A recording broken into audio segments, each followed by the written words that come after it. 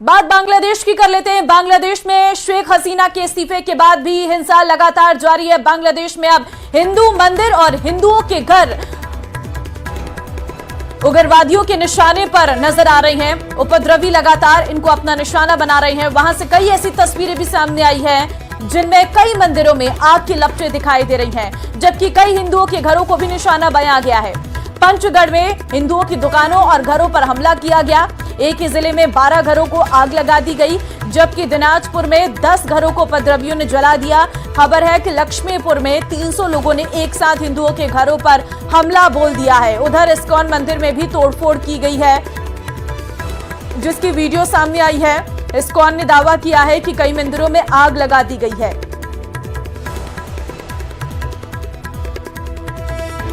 वहीं बांग्लादेश से स्वदेश लौटे भारतीयों में वहां हो रही हिंसा का खौफ साफ दिखाई दिया है।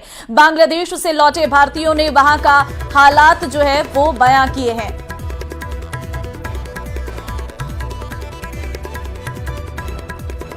It's all about local Bengalis जिन पे अटैक हुए हैं, but Indians के लिए it is quite safe for the expats.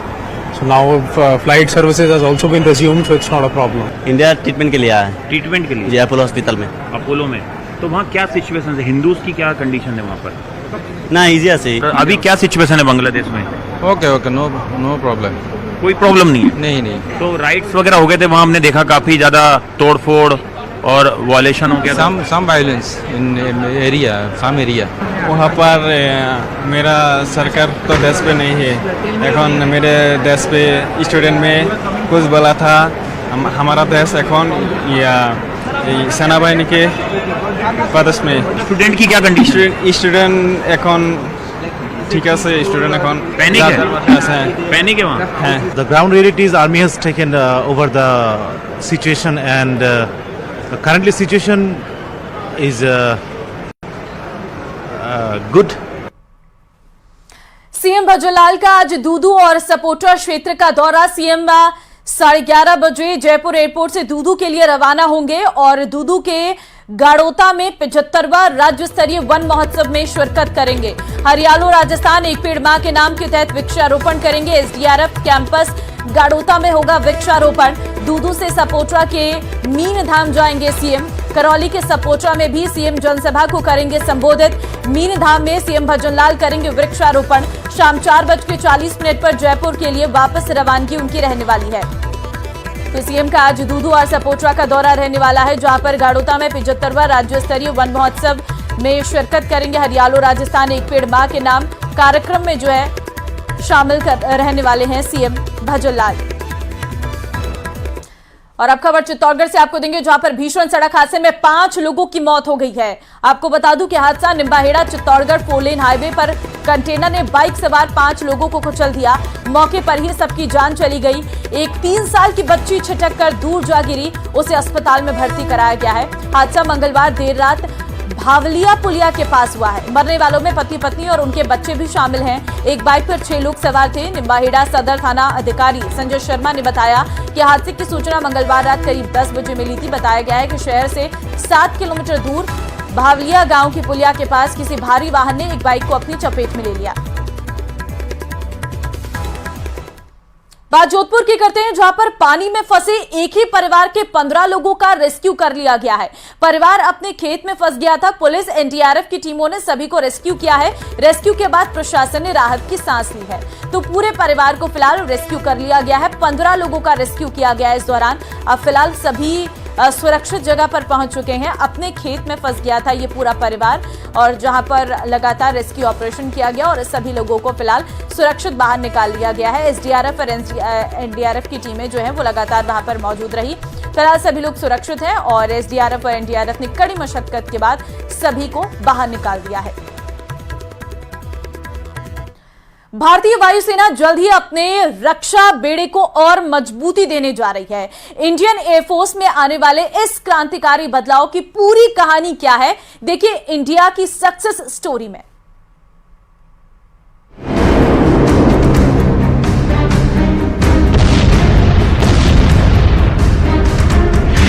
क्रांतिकारी बदलाव की ओर भारतीय वायुसेना।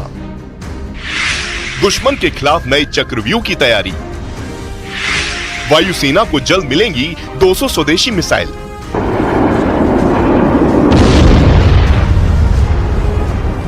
ये नई भारत की नई वायुसेना है जो किसी भी आपात स्थिति से निपटने के लिए दिन ब दिन खुद को और मजबूत कर रही है।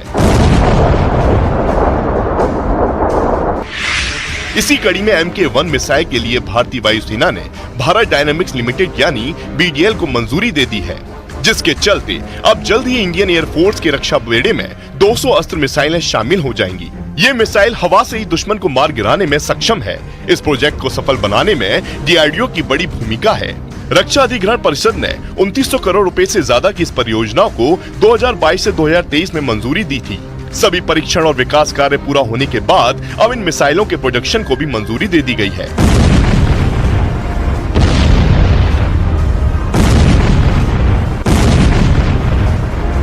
अस्त्र मिसाइल को रूसी मूल के सुखोई 30 और स्वदेशी तेजस लड़ाकू विमान दोनों पर तैनात किया जाएगा।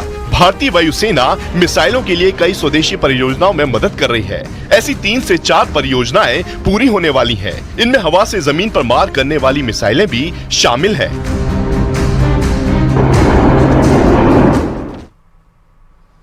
पाकिस्तान बॉर्डर से सटे जिलों में बन रहे फर्जी आधार कार्ड की जांच सीबीआई ने शुरू कर दी है। सीबीआई ने 3 आरोपियों के खिलाफ नामजद मामला दर्ज कर लिया है। इस मामले को राजस्थान सरकार ने 9 जुलाई को केंद्रीय जांच एजेंसी को स्थानांतरित कर दिया था।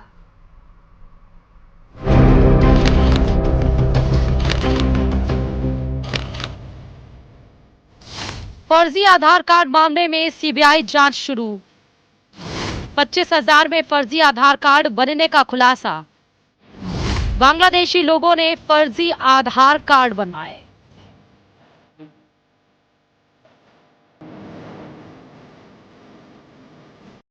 न्यूज 18 राजस्थान ने हाल ही में एक रिपोर्ट के जरिए दिखाया था कि कैसे सांचौर में पाकिस्तान बॉर्डर से सटी सीमाओं पर फर्जी आधार कार्ड बनाए जा रहे थे, जिनमें छोटे बच्चों के फिंगरप्रिंट और रेटिना को स्कैन का इस्तेमाल किया जा रहा था। इस मामले में सीबीआई ने अब जांच तेज कर दी है। राजस्थान में कथित तौर पर 25,000 रुपए में जाली दस्तावेजों और फिंगरप्रिंट का इस्तेमाल करके फर्जी आधार कार्ड बनाने वाले एक गिरोह के 3 लोगों के खिलाफ सीबीआई ने एफआईआर दर्ज की है।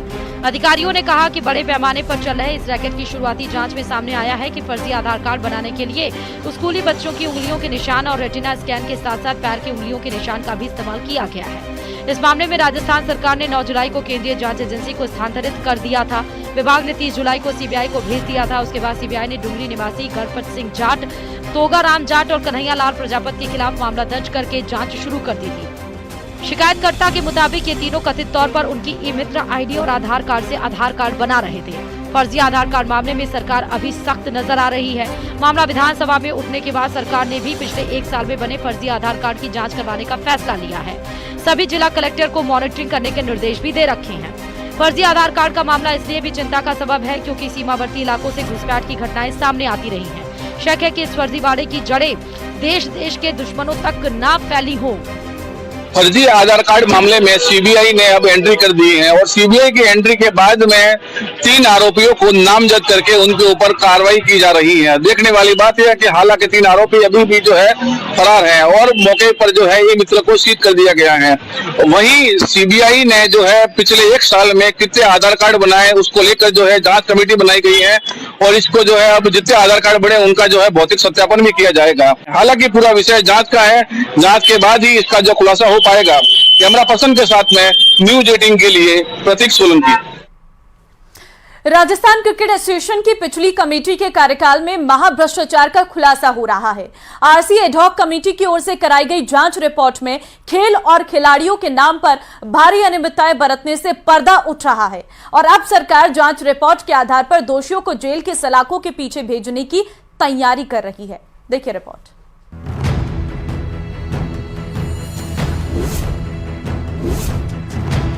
क्रिकेट के भविष्य को संवारने के लिए बनाए गए राजस्थान क्रिकेट एसोसिएशन में ही क्रिकेट के नाम पर भ्रष्टाचार का सबसे बड़ा खुलासा हो रहा है।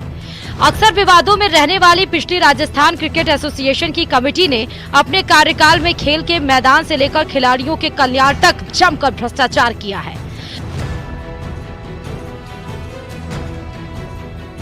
आरसीए एडहॉक कमेटी की ओर से कार्रवाई की गई रिपोर्ट में खुलासा हुआ कि बीसीसीआई ने हर साल राजस्थान क्रिकेट के कल्याण के लिए करोड़ों रुपए का बजट आवंटित किया, लेकिन तत्कालीन कमेटी ने आरसीए से संबंध एम्पायर, खिलाड़ी, ग्राउंड स्टाफ को लंबे समय से फीस का भुगतान नहीं किया। ऑडिट रिपोर्ट में खुलासा हुआ कि एक तरफ खेल से जुड़े खिलाड़ी, एम्पायर सहित पूरा स्टाफ एक एक रुपए को तरसता रहा, वहीं तत्कालीन कमेटी ने नियम विरुद्ध करोड़ों रुपए का भुगतान वकीलों को कर दिया। आरसीए एडहॉक कमेटी के संयोजक जयदीप बिहारी ने ऑडिट रिपोर्ट में आई आर्थिक, वित्तीय और भ्रष्टाचार के कारनामों की पूरी फहरिस्त तैयार करवा ली है और इस रिपोर्ट को जल्द ही मुख्यमंत्री भजनलाल शर्मा और खेल मंत्री को सौंपेगी।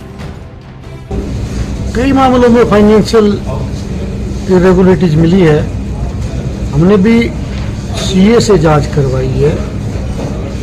कई चीजें ऐसी है कि जैसे जीएसटी के अंदर जो उस फर्म को काम दिया गया है उसके वो काम मेंशन ही नहीं है। कई फर्मों को एक्सपीरियंस भी नहीं है। कई फर्में ऐसी है जो काम कुछ करती है, उनको काम कुछ दे दिया। इसलिए काफ़ी कुछ इरेगुलरिटीज हैं जिनकी सीए साहब जांच कर रहे हैं और उन इरेगुलरिटीज के हिसाब से एडवोकेट, जो क्रिमिनल एडवोकेट हैं, उनसे सलाह करके कानूनी कार्रवाई की जाएगी। आरसीए एडहॉक कमेटी की ओर से कार्रवाई की गई जांच रिपोर्ट में कई बड़े चौंकाने वाले खुलासे सामने आ रहे हैं। क्रिकेट खेल को बेहतर बनाने के नाम पर नए स्टेडियम का निर्माण शुरू से ही भ्रष्टाचार की नींव पर खड़ा किया गया। चौंप स्टेडियम के निर्माण का कार्य ऐसी कंपनी को सौंपा गया जिसके पास भवन निर्माण का कोई अनुभव ही नहीं। सड़क निर्माण करने वाली छत्तीसगढ़ की एक कंपनी को पूरे स्टेडियम की निर्माण की जिम्मेदारी नियम विरुद्ध तरीके से सौंप दी गई। स्टेडियम निर्माण के टेंडर से शुरू हुआ भ्रष्टाचार लगातार बढ़ता रहा और जो काम कंपनी को 300 करोड़ रुपए के टेंडर में आवंटित किया गया, उसी कंपनी को नियम विरुद्ध लाभ पहुंचाने के लिए उसी स्टेडियम के निर्माण काम की लागत बढ़ाकर 500 करोड़ रुपए तक कर दी गई। जांच रिपोर्ट में क्रिकेट मैचों के आयोजन में भी भारी अनियमितताएं सामने आई हैं। One day international, Indian premier league और राजस्थान प्रीमियर लीग के आयोजनों में भी बड़ी धांधली की गई है। इन मैचों के लिए तत्कालीन आरसीए कमेटी ने मैचों से संबंधित इवेंट के टेंडर जिन कंपनियों को सौंपे थे, उन कंपनियों ने फर्जी सिस्टर कंसर्न कंपनियों के जरिए काम करवाया। राष्ट्रीय और अंतर्राष्ट्रीय मैचों के आयोजन में हुई इस धांधली में मैचों के दौरान सुरक्षा व्यवस्था, बाउंसर्स, स्टेडियम की सजावट, स्टेडियम का रखरखाव, टेंट डेकोरेशन, हाउस कीपिंग के साथ साथ मैचों में मनोरंजन के लिए नाचने वाली चीयर गर्ल्स के कामकाज में भ्रष्टाचार किया गया है। हमें राजस्थान क्रिकेट के भविष्य को जिंदा रखना है। ऐसा कोई काम नहीं करेंगे जिससे कि आरसीए की मान्यता खत्म हो जाए। एफआईआर सबसे सरल और सबसे साफ तरीका है। जो लोग, देखिए, फाइनेंशियल जो भी करप्शन हुआ है वो किया तो आदमियों ने है और ये कोई मानवीय भूल में शामिल नहीं होगा। बहरहाल राजस्थान क्रिकेट एकेडमी की एडहॉक कमेटी की ओर से पिछली कमेटी के कार्यकाल में हुई वित्तीय अनियमितताओं और भ्रष्टाचार की जांच रिपोर्ट तैयार कर ली गई। भ्रष्टाचार में लिप्त दोषियों के खिलाफ एडहॉक कमेटी मुकदमा दर्ज करवाएगी। वहीं बीसीसीआई की ओर से खेल और खिलाड़ियों के कल्याण की राशि में हुई लूट खसोट की जांच के लिए केंद्र सरकार की सीबीआई, प्रवर्तन निदेशालय जैसी एजेंसियों को भी जांच करने के लिए पत्र लिखने की तैयारी की जा रही है। न्यूज 18 राजस्थान के लिए जयपुर से राकेश शर्मा की रिपोर्ट। वहीं कांग्रेस नेता सलमान खुर्शीद ने मंगलवार को एक अजीब तुलना कर दी है। उन्होंने कहा कि बांग्लादेश में जो हो रहा है वो हमारे देश में भी हो सकता है, भले ही ऊपर से सब कुछ सामान्य दिख रहा हो। सलमान खुर्शीद पूर्व केंद्रीय मंत्री मुजीबुर रहमान की किताब Shikwa-e-Hind the political future of Indian Muslim के विमोचन पर बोल रहे थे।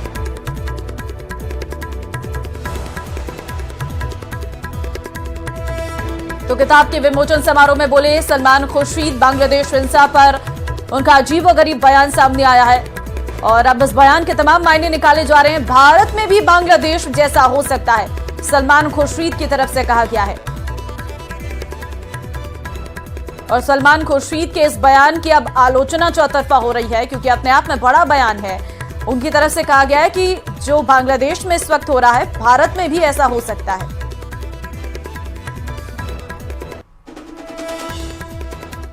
और सलमान खुर्शीद के बयान पर बीजेपी नेता शहजाद पूनावाला पलटवार किया है।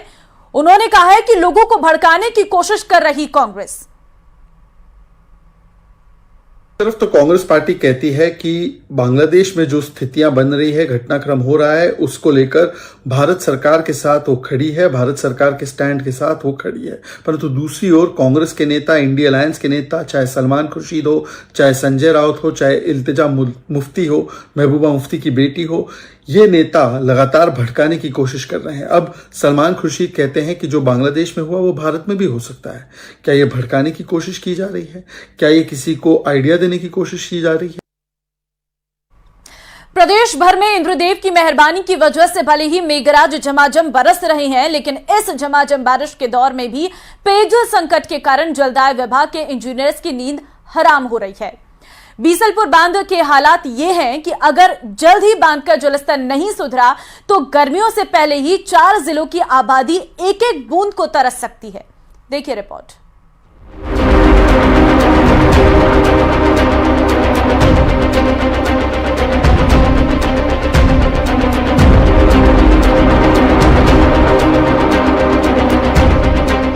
प्रदेश में झमाझम बारिश की वजह से नदी नाले उफान पर हैं, तो कहीं भारी बारिश के कारण बाढ़ के हालात भी बने हुए हैं। लेकिन बीसलपुर बांध की प्यास नहीं बुझ पाई है। टोंक और अजमेर में रिकॉर्ड तोड़ बारिश के कारण सभी बांध, तालाब, ताल, नदी, नाले सब उफान पर हैं। लेकिन स्थानीय बारिश का पानी बीसलपुर की प्यास बुझाने में नाकाम रहा है। दरअसल बीसलपुर बांध में पानी का भराव इसके कैचमेंट एरिया के जरिए ही होता है। बांध का कैचमेंट एरिया का क्षेत्रफल चित्तौड़गढ़, राजसमंद, उदयपुर, भीलवाड़ा, बूंदी, अजमेर, टोंक, केकड़ी जिलों के 27,836 वर्ग किलोमीटर में फैला हुआ है।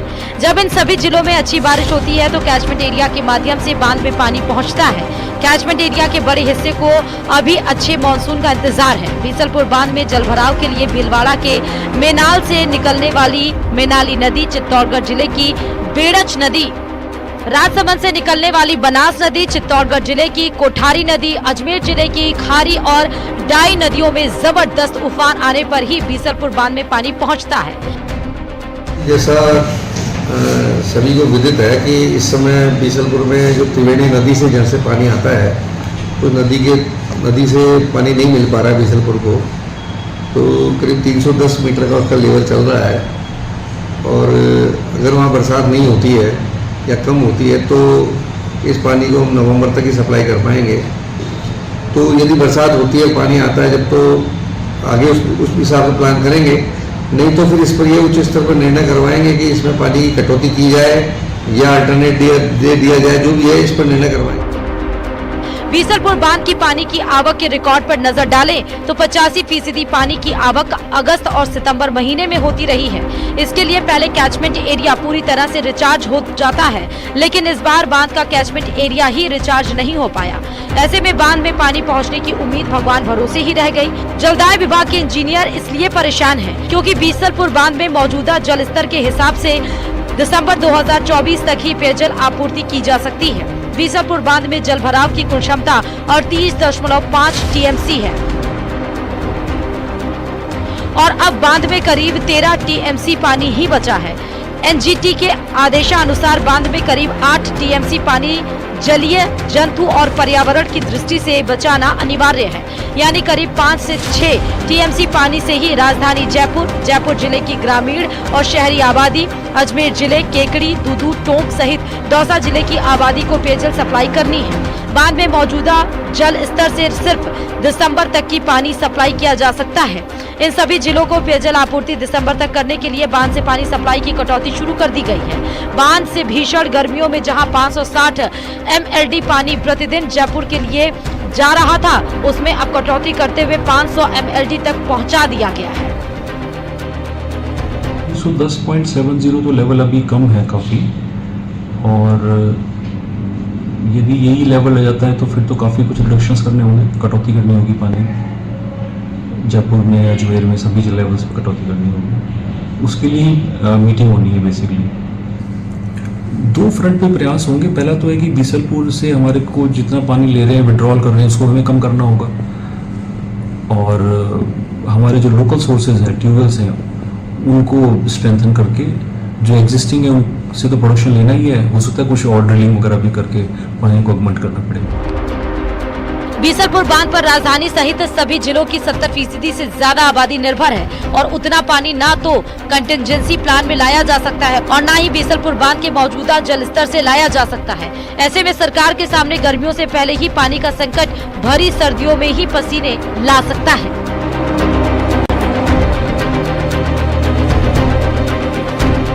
न्यूज़ 18 राजस्थान के लिए जयपुर से राकेश शर्मा की रिपोर्ट। आगे बढ़ते हैं। झुंझुनू की खेतड़ी नगर पुलिस और डीएसटी नीमका थाना ने संयुक्त कार्रवाई करते हुए भारी मात्रा में अवैध शराब जब्त की है। साथ ही एक आरोपी को भी गिरफ्तार किया है। पुलिस ने छापेमारी की कार्रवाई खेतड़ी नगर थाना इलाके में की है। एएसआई विजय भटिया के मुताबिक मुखबिर की सूचना पर देवता ढाणी बाढ़ान के रास्ते पर पहुंचे, जहां मुर्गी फार्म के सामने एक दुकान में शराब बेची जा रही थी। पुलिस ने वहां मौजूद देवेंद्र नाम के शख्स से जब लाइसेंस के बारे में पूछताछ की तो वहां रखी सभी शराब अवैध निकली, जिसके बाद पुलिस ने आरोपी देवेंद्र कुमार को गिरफ्तार कर लिया है। पुलिस ने दुकान में रखी 26 पेटी देशी शराब, 7 पेटी बियर और 17 लीटर अंग्रेजी शराब जब्त की है। साथ ही आरोपी के खिलाफ केस दर्ज कर लिया है।